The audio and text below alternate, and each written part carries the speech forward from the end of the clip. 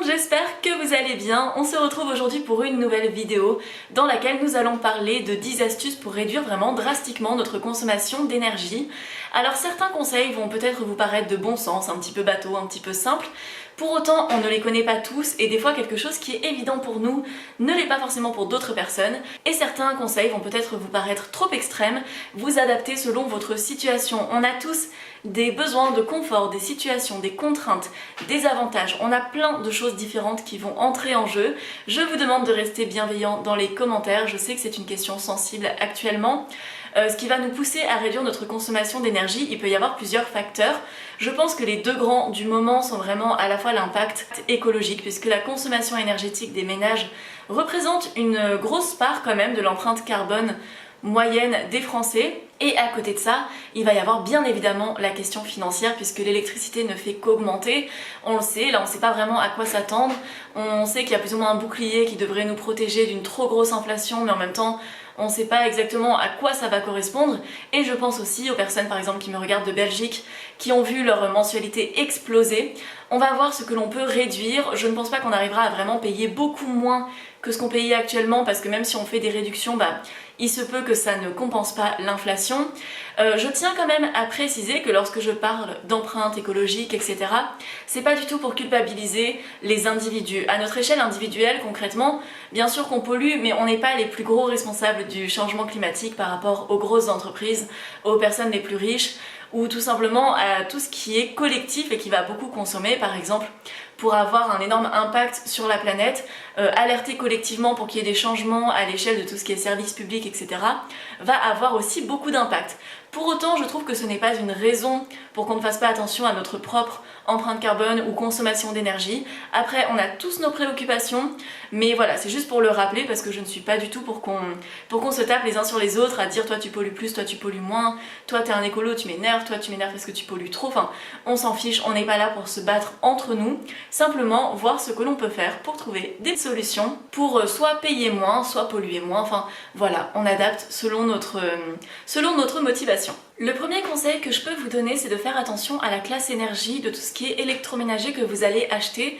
Ça vaut aussi quand vous allez louer un appartement ou acheter un appartement ou une maison par exemple. Souvent il y a tout ce qui est classe énergie et ça c'est important de le prendre en compte. Souvent on n'y fait pas forcément attention lorsque l'on achète quelque chose et on va choisir par exemple quelque chose d'un peu moins cher même s'il a une moins bonne classe énergie. Et finalement on va le payer à travers sa consommation sur le long terme. Donc voilà, je trouve que c'est important à considérer. Même maintenant des fois on peut se poser le dilemme, dès qu'on a quelque chose de très vieux mais de très consommateur et on hésite à le changer parce qu'il y a toujours un espèce d'impact carbone en plus à acheter quelque chose de neuf. Mais parfois la consommation peut jouer, donc ça peut être intéressant de prendre la classe énergie en compte dans son calcul. Et au-delà de ça, dans son utilisation de notre électroménager, il va y avoir pas mal de choses qui vont rentrer en compte aussi. Pensez à dégivrer fréquemment votre frigo. C'est bête mais ça peut faire une différence de plusieurs dizaines d'euros à l'année si vous ne dégivrez pas votre congélateur ou votre bac à freezer si vous avez un petit frigo. Pareil, dès que vous lancez, que ce soit une machine à laver, une machine ou peu importe, en fait, dès que vous utilisez des objets, essayez de les utiliser lorsqu'ils sont pleins. Par exemple, ne lancez pas une machine dès qu'elle est à moitié remplie, sauf si vous avez un programme exprès pour ça. Également, votre lave-linge, par exemple, lancez toujours le mode éco. Même si c'est plus long, le fait que ça chauffe un petit peu moins fort, ça consomme moins. Ça peut être le piège. On peut se dire qu'une machine qui marche pendant 2h15, ça va consommer beaucoup plus que si elle marche pendant 1 heure. Mais si elle chauffe l'eau 10 ou 20 degrés plus haut pour fonctionner plus rapidement, finalement ça va consommer plus que le mode éco, même si c'est plus long. Si vous avez la possibilité sur votre chauffe-eau de régler la température, n'hésitez pas à le faire. Par exemple de la régler entre 50 et 55 degrés. C'est vraiment la température idéale pour que l'eau soit suffisamment chaude, que ça ne consomme pas autant que lorsque l'eau est à 75 degrés par exemple. Et pour autant, elle ne va pas avoir de problème de bactéries ou quoi que ce soit. Si vous réglez votre chauffe-eau sur trop froid ou si vous l'éteignez couramment et qu'après vous réutilisez l'eau, il peut y avoir des bactéries qui se forment dedans, puisque de l'eau chaude qui a un peu stagné comme ça peut développer des bactéries quand elle refroidit. Donc entre 50 et 55 degrés c'est parfait. Ça peut faire une vraie différence sur la facture, notamment en hiver, Quand vous avez votre chauffe-eau qui est à 75 ou 80 degrés, que l'air extérieur est plutôt froid, si par exemple vous avez votre chauffe-eau qui est dans votre hall d'immeuble qui n'est pas chauffé ou quelque chose du genre, vraiment votre chauffe-eau va galérer pour maintenir sa température et va surconsommer. Moi je vois une vraie différence alors que mon chauffe-eau est quand même sur une température normale, il est à peu près à 55 degrés. Je vois une grosse différence de ma consommation en été et en hiver.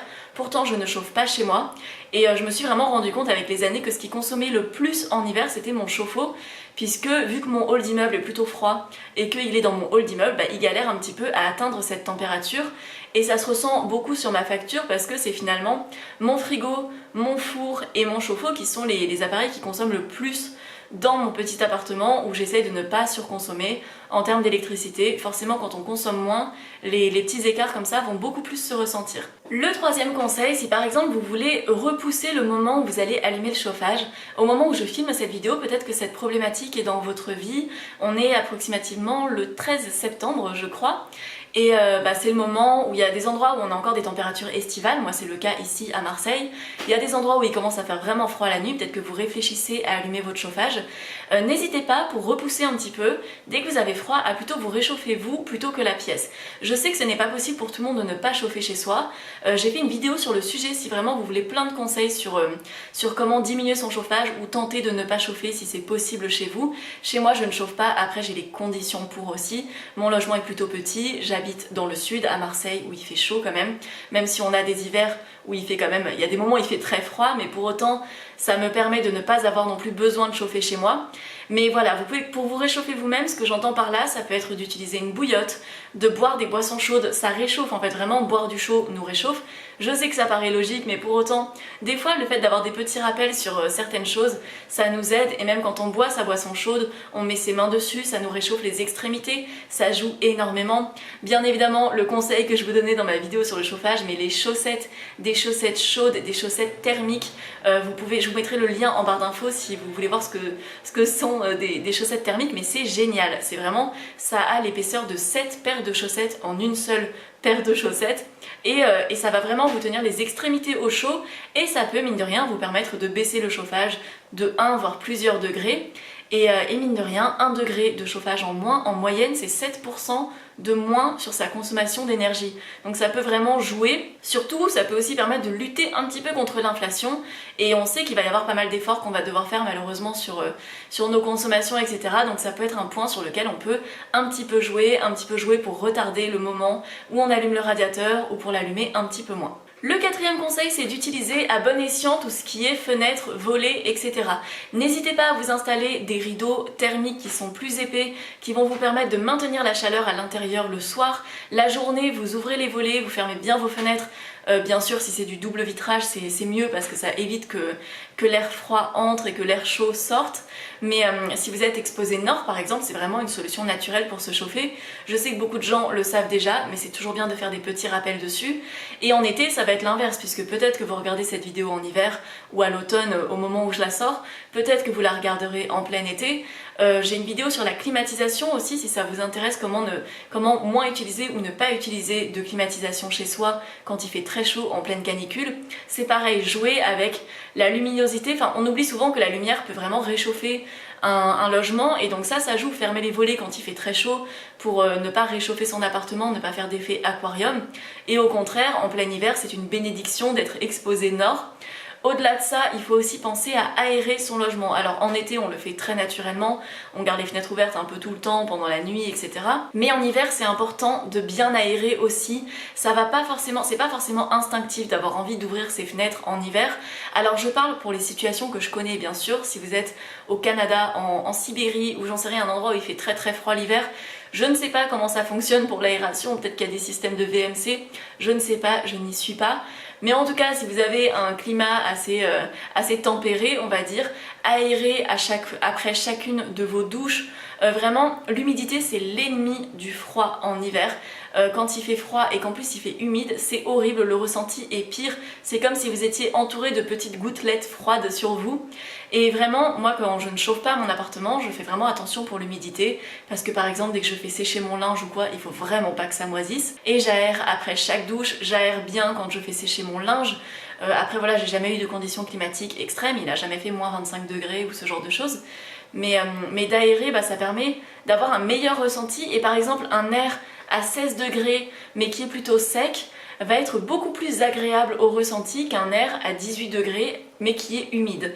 Donc ça c'est à prendre en compte, parce que des fois on dit mais je comprends pas, moi j'essaie d'appliquer toutes les techniques et tout mais j'arrive pas, il fait froid chez moi. Si vous habitez à un endroit où il fait très humide, essayez d'investir dans des appareils pour comment ça s'appelle, des déshumidificateurs je crois, où vous trouvez des solutions, une VMC ou des choses comme ça peuvent vraiment vous aider à avoir moins d'humidité. Et n'hésitez pas à acheter un thermomètre qui fait aussi hygromètre et qui du coup va vous donner l'humidité chez vous. Ça peut être un facteur intéressant. Dès que vous voyez que ça dépasse par exemple 70% d'humidité, vous aérez pour que ça redescende. Ce qui va augmenter l'humidité, ce sont les douches, c'est la cuisson, voilà, il y a plein de choses comme ça qui vont jouer sur ce point-là. Le 5e point, c'est de réduire le temps des douches. Vraiment, prendre sa douche, ça n'a pas du tout le même impact sur la facture d'énergie si on prend une douche de 10 ou 15 minutes bien chaude ou si on prend une douche de 5 minutes. Quand vous le pouvez en été, c'est bien de prendre des douches plutôt fraîches ou tièdes. Déjà ça fait réduire la consommation d'énergie, et mine de rien, si par exemple en hiver on a plus de mal à faire des efforts, on peut essayer d'en faire beaucoup l'été. Pour avoir un petit peu plus de marge en hiver, on peut essayer de jouer sur ces points-là. Mais en tout cas, vraiment réduire le temps des douches, c'est bien. Sinon, si vous êtes plusieurs à la maison, essayez de tous prendre vos douches à peu près à la suite, mais à la même heure. Donc par exemple, de 19h à 20h, tout le monde prend sa douche. Comme ça permet d'aérer juste une seule fois à la fin, de bien évacuer l'humidité et de ne pas remettre plusieurs fois dans la journée de l'humidité. Après, ça dépend bien sûr de la capacité de votre chauffe-eau ou de vos horaires ou de vos contraintes. Enfin, bien entendu, c'est toujours à prendre en compte. Les conseils que je donne, c'est général. Après, on applique comme on peut selon sa situation. Mais voilà, ça peut être bien. Et puis mine de rien, la douche de lin va réchauffer la salle de bain pour ceux d'après. Si vous mettez un petit peu de chauffage dans la salle de bain, ça permet de mettre le chauffage au même moment pour tout le monde et de pas le rallumer, l'éteindre tout au long de la journée. Ce sont des petites choses comme ça qui peuvent pas mal jouer. Le 6e conseil, c'est vraiment d'optimiser les cuissons. Les conseils de base, c'est vraiment de mettre un couvercle sur sa casserole au moment où on fait bouillir de l'eau par exemple. Ça va aller beaucoup plus vite, on va avoir besoin d'allumer le gaz ou l'électricité beaucoup moins longtemps. Mais aussi par exemple, dès que vous utilisez votre four, essayez de faire plusieurs choses à la fois. N'allumez pas votre four juste par exemple pour faire 6 petits cookies. Si vous allumez votre four, essayez d'en profiter pour faire un banana bread, des cookies, et puis après vous profitez de la chaleur qu'il a encore pour faire cuire, j'en sais rien, des courges, pour faire une soupe, etc. Regroupez vos cuissons, ça vous permet de moins utiliser le four. Et après, si vous pouvez, essayer d'utiliser le four à des moments stratégiques pour que ça réchauffe un petit peu votre appartement. Par exemple, dans mon cas, vu que je ne chauffe pas, le four va être une des sources de chaleur de mon appartement de temps en temps, qui va pas mal réchauffer l'appartement. Alors, c'est un peu un piège parce que ça augmente aussi l'humidité. Si par exemple, vous faites griller, je disais des courges, vous faites griller de la courge, ça va relâcher de l'humidité dans votre logement. Donc ce que je fais généralement, c'est que j'ouvre le four pour que l'humidité sorte, ensuite j'aère un peu, je referme, et là je réouvre la porte de mon four pour gagner un petit peu cette chaleur, et mine de rien ça réchauffe bien le logement. Et évitez bien évidemment d'utiliser le four en été quand vous le pouvez, quand c'est la canicule, privilégiez tout ce qui est les plats qui ne nécessitent pas trop de cuisson. Pour vous c'est mieux, ça évite de réchauffer le logement. Et voilà, ça peut être aussi une manière, comme je vous le disais avant, de réduire sa consommation énergétique encore plus en été. Également, un truc auquel on ne pense pas spécialement, mais ne pas utiliser la bouilloire pour rien. Souvent, on met trop d'eau dans sa bouilloire par rapport à ce qu'on va réellement utiliser. Et c'est vrai qu'une bouilloire, c'est plus écologique et plus économique en termes d'utilisation pour la même quantité d'eau que de faire bouillir de l'eau dans une casserole. Mais pour autant, souvent, si on utilise sa bouilloire pour faire 3 fois trop d'eau par rapport à ce dont on a besoin, dans ce cas-là, c'est plus intéressant de vraiment, si on veut se faire un thé pour 2 personnes par exemple, mettre pile 2 tasses d'eau dans sa bouilloire et vraiment utiliser la consommation d'eau et d'énergie dont on a besoin, plutôt que de faire d'utiliser de l'eau, la faire chauffer pour rien. La bouilloire, c'est pas quelque chose de très consommateur sur le long terme parce qu'on l'utilise pas longtemps par jour généralement, mais sur la minute où ça va chauffer, ça consomme énormément d'énergie sur cette minute-là. Donc autant l'utiliser pour faire bouillir pile la bonne quantité d'eau, ou alors pareil, essayer de se regrouper ou de se faire un thermos.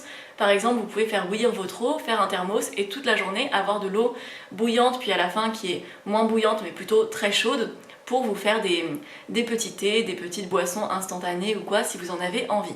Le 7e point, souvent on n'y pense pas tant que ça, mais nos écrans consomment énormément, notamment tout ce qui est télé, ordinateur, PC portable, etc. Ça va vraiment avoir une bonne consommation d'énergie.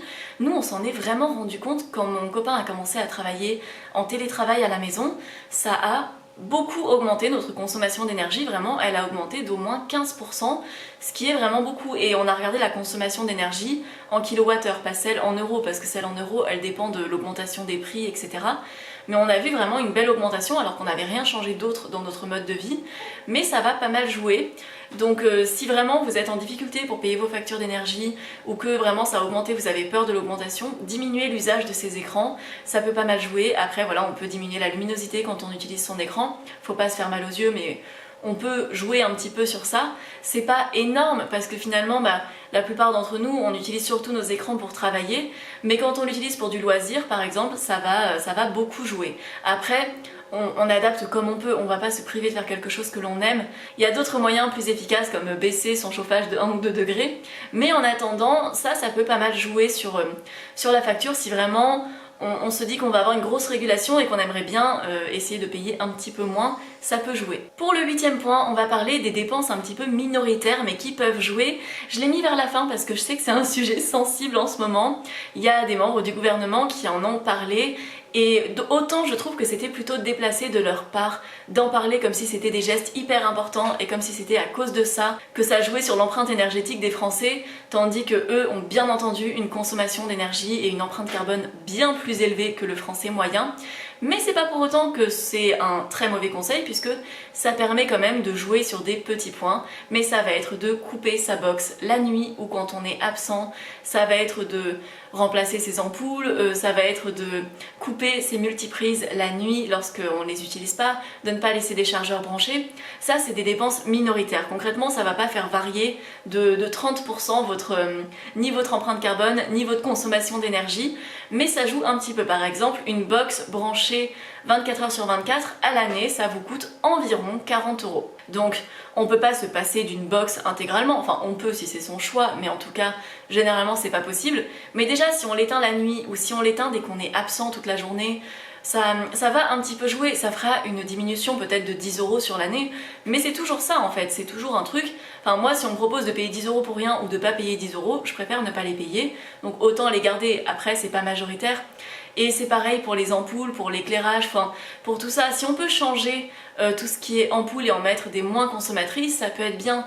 On peut aussi penser, dès qu'on est dans une pièce le soir, à plutôt allumer une seule lampe. Par exemple, moi dans mon salon, généralement le soir on est dans le salon, on allume seulement la lampe qui est derrière moi ici, et on va pas allumer les plafonniers qui ont plusieurs ampoules, et ça permet d'économiser un peu sur l'énergie, mais aussi moi je préfère quand il y a une lumière très douce le soir, donc même en termes de confort pour les yeux c'est ce que je préfère. Mais après voilà, ça c'est minoritaire, faut pas vous flageller parce que vous avez des ampoules allumées dans 2 pièces, parce que vous choisissez d'être dans 2 pièces différentes ou quoi que ce soit. C'est pas le truc le plus intense. Si vous êtes parti en vacances et que vous avez oublié d'éteindre votre box, c'est pas très grave, ça vous fera pas une différence de 150 € sur la facture, et c'est pas ça qui va sauver la planète. Il est évident que l'impact des mini-gestes comme ça, c'est minoritaire, mais en tout cas, c'est mieux de le faire que de ne pas le faire si on en a la possibilité. Le 9e point, pareil, ça aura un impact plutôt modéré selon à quel point vous le faites et selon vos possibilités, mais c'est de passer du temps à l'extérieur, en dehors de votre logement. Déjà, d'aller marcher, ça réchauffe, sauf s'il y a une tempête de neige dehors ou s'il y a une pluie glaçante, mais globalement, le fait de faire un petit peu d'exercice physique, de bouger et de sortir de son appartement, ça permet déjà de baisser le chauffage au maximum pendant qu'on n'est pas là, ou si on ne chauffe pas, ça permet de continuer à pas chauffer. Mais aller dehors, ça permet de ne pas utiliser les ampoules, ça permet de ne pas utiliser, de ne pas être sur son ordinateur ou d'avoir la télé allumée. On n'ouvre pas le frigo toutes les 2 minutes pour regarder ce qu'il y a dedans. Toutes ces petites choses qu'on fait et qui consomment de l'énergie, dès qu'on n'est pas chez soi, on ne consomme pas en gros, à part la consommation de base de notre logement qui va être liée à notre réfrigérateur, à notre chauffe-eau, etc. qui consomme dans tous les cas qu'on soit là ou pas. Mais voilà, ça va faire moins consommer. Après, si vous sortez pour aller au restaurant où vous dépensez plus d'argent que si vous le mangez à la maison, là ça marche pas. Mais juste faire des petites sorties, aller faire des balades en forêt si vous avez une forêt pas loin, aller passer du temps au parc, tout le temps que vous passez dans votre jardin, si par exemple on est en hiver et il fait plutôt bon dehors et vous décidez de manger dehors plutôt qu'à l'intérieur si vous avez la possibilité d'être en plein soleil et que vous vous réchauffez naturellement avec le soleil, ça va vous permettre de ne pas consommer trop d'énergie à l'intérieur. Après, voilà, je suis pas en train de vous dire vous consommez trop d'énergie, bah allez dehors, non, parce que des fois on peut pas, enfin, des fois on n'a pas envie, on peut pas, ou simplement on n'a pas d'idée de quoi faire dehors, donc c'est à adapter, mais mine de rien, on consomme beaucoup moins quand on est à l'extérieur que quand on est à l'intérieur de notre logement. Pour le 10e point, j'ai regroupé les solutions un petit peu extrêmes. C'est pas celles qu'on met en place, voilà, juste pour réduire un petit peu sa facture d'énergie. C'est vraiment quand on est en difficulté ou si vraiment on n'a pas le choix pour une raison ou pour une autre, si on est obligé de réduire drastiquement, vraiment très drastiquement, sa consommation d'énergie parce qu'on a eu des impayés ou qu'on s'attend à une énorme régulation et qu'on n'a pas de quoi la payer. Dans ce cas-là, j'ai regroupé des solutions un peu plus extrême. Je sais que voilà, c'est pas quelque chose qu'on a envie de mettre en place parce que c'est moins confortable, etc. dans notre mode de vie. Mais voilà ce qu'on peut faire si vraiment on veut réduire sa consommation d'énergie parce que ça va nous coûter trop cher. Le premier point, ça va être de condamner des pièces pendant les périodes de grand froid. Si vous êtes obligé de chauffer chez vous et que là vous n'avez pas les moyens de vraiment chauffer votre maison, ça peut être l'occasion de se regrouper dans la même pièce et de condamner certaines pièces. Si par exemple vous avez un étage chez vous et c'est très mal isolé à l'étage et que vous avez les chambres en haut et que vous en avez une en bas, j'en sais rien, en supposant que vous ayez une grande maison, bah vous pouvez vous regrouper en bas. C'est pas forcément confortable, c'est pas quelque chose qu'on a envie de faire sur du long terme, mais en situation un peu d'urgence où vous ne pouvez pas chauffer en haut et où il fait vraiment froid ou que ça vous coûte beaucoup trop cher, ça peut être une solution à envisager. Également, le fait vraiment, si vous êtes en grosse difficulté, de mutualiser vos consommations d'énergie avec d'autres personnes en allant vivre chez des proches ou en accueillant des proches chez vous et en partageant la consommation d'énergie. C'est pareil, je le dis, c'est pas quelque chose avec zéro impact sur la vie de mutualiser notre quotidien avec quelqu'un pendant une semaine ou plusieurs mois, mais ça peut être une solution d'extrême urgence à envisager si vraiment on ne s'en sort plus ou si on vous a coupé une grosse partie de votre électricité chez vous parce qu'il y a eu des impayés ou ce genre de choses. Ça peut être une solution à envisager, même si je sais que c'est pas ce qu'il y a de plus confortable. Il peut y avoir la solution de refaire l'isolation chez soi si vraiment elle est mauvaise ou si vous avez vraiment une classe énergétique qui est très mauvaise pour votre logement. Si vous êtes locataire, bah peut-être demander à votre propriétaire ou voir si ça peut être fait. Si vous êtes propriétaire, investir pour le faire. Je sais que c'est pas facile à faire, que ça peut coûter de l'argent. Il me semble qu'il y avait des trucs d'isolation à 1 € pendant un temps, je sais pas si ça continue. N'hésitez pas à partager des astuces en commentaire si vous y avez déjà fait appel, si c'est encore possible, ou si vous avez refait l'isolation chez vous, combien ça vous a coûté, est-ce que ça a beaucoup aidé. C'est des solutions voilà, qu'on prend pas en mode bon bah il fait un peu froid aujourd'hui si on refaisait l'isolation, mais ça peut jouer et si vraiment vous êtes dans un logement qui est une passoire énergétique, que votre proprio ne peut rien faire, ne veut rien faire, j'en sais rien, vous pouvez aussi déménager. C'est pas facile à mettre en place un déménagement, mais ça peut être une solution si vraiment chaque année vous dépensez 200 ou 300 € par mois pour chauffer un logement qui reste froid, bah ça peut mine de rien être quelque chose qui peut être plus confortable si vous déménagez. Et après sinon éventuellement déménager dans plus petit, plus un logement est grand, plus on a tendance à consommer, que ce soit à travers les divers électroménagers qu'on va mettre dans différentes pièces, pour la consommation de chauffage, pour le nettoyer, mine de rien utiliser l'aspirateur, etc. pour nettoyer une plus grande surface. Ça va aussi nous coûter de l'argent sur d'autres domaines, mais en consommation, puisque généralement quand on a des pièces, on a tendance à acheter plus de choses pour meubler, pour mettre des choses dedans, etc. C'est pas une solution facile, c'est pas quelque chose qui se fait sur un coup de tête, mais dans une situation où peut-être que l'énergie va nous coûter de plus en plus cher, ça peut être un choix assez difficile, mais un choix à envisager. Également dans les mesures plus extrêmes, après je sais que ça va paraître extrême à certains et il y en a qui vont me dire qu'ils le font déjà, que ce soit par choix, par écologie, par envie d'économiser ou quoi que ce soit, mais je sais que pour la plupart des gens c'est plutôt extrême. Pour moi ce serait extrême. On peut par exemple se laver aux gants, ça permet de beaucoup moins utiliser d'énergie que de se laver avec une douche. Bien évidemment éviter les bains, ou après ça dépend si vous faites un petit bain en soi par rapport à une douche longue, ça peut moins consommer, tout est une question du nombre de litres d'eau qu'on utilise, donc ça peut être à réfléchir aussi. Et également couper tout ce qui est appareil électroménager non nécessaire. Si vraiment vous êtes dans la difficulté par exemple pour payer vos factures en hiver, que vous avez un extérieur et qu'il fait très froid dehors, vous pouvez envisager de couper votre frigo et de stocker votre frais dehors. C'est pas quelque chose de pratique, ce serait se passer du confort d'avoir un frigo, mais en attendant, un frigo ça consomme quand même des dizaines et des dizaines et des dizaines d'euros pendant l'hiver, alors qu'il fait très froid dehors. Si on a la possibilité et qu'on a envie de le faire aussi, parce que bien sûr personne n'est forcé de faire quoi que ce soit, on peut stocker ses produits frais dehors. Par exemple, dans ma situation, je sais que ce ne serait pas possible parce que j'habite en appartement, que l'hiver il fait parfois dans la journée plus de 10 degrés, donc si je stocke mon frais à ma fenêtre, déjà ça peut tomber, mais en plus de ça, ça pourrait tourner. Donc voilà, c'est pas des solutions, enfin, on pioche dans ce qui est possible, dans ce qu'il est possible de faire pour nous. J'avais un abonné qui m'avait partagé son budget dans ma rubrique de partage du budget des abonnés, qui envisageait de se passer de frigo l'hiver, et pour lui c'était quelque chose d'assez normal, qui lui paraissait assez logique. On a chacun nos critères, notre jauge de confort, de ce qui est acceptable ou non. Donc voilà, ça peut être à prendre en compte. Après, on peut tomber dans ce qui est plus extrême aussi, laver son linge à la main. Il y a plein de solutions qu'on peut trouver. On peut se passer de tout ce qui est appareil chauffant, par exemple si on a l'habitude de se sécher les cheveux, de ne pas le faire ou de moins le faire. Au lieu de chauffer sa chambre par exemple, simplement utiliser une couverture chauffante et donc ça va consommer un petit peu d'énergie mais moins. Il y a plein de solutions sur lesquelles bien sûr ça peut ressembler à un retour en arrière, mais des fois on n'a pas forcément le choix.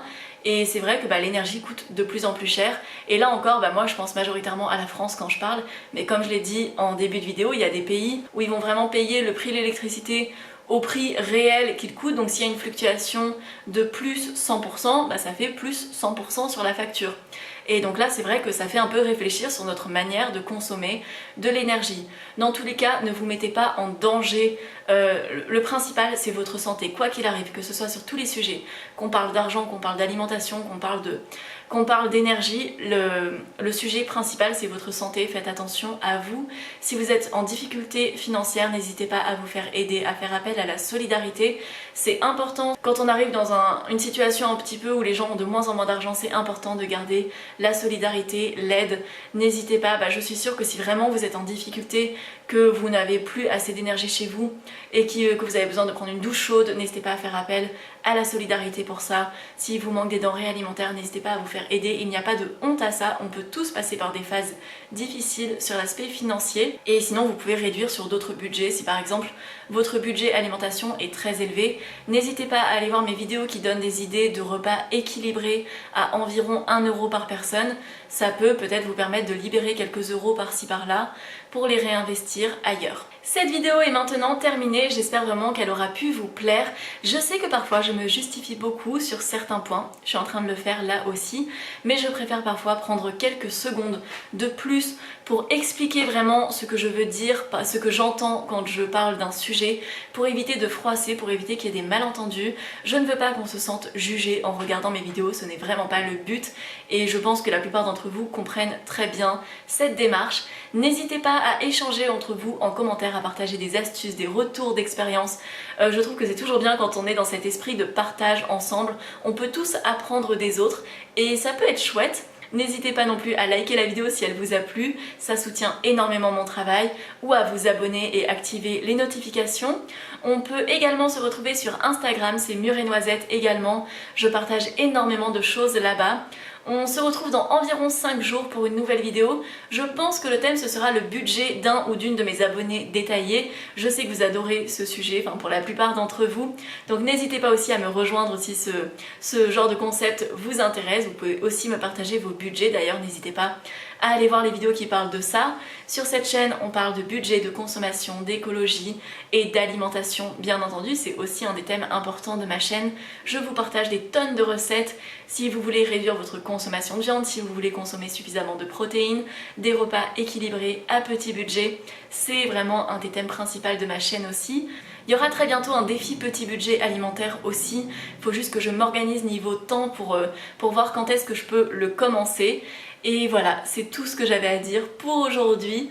Je vous fais de très gros bisous et on se retrouve très bientôt ou tout de suite sur Instagram. Bisous!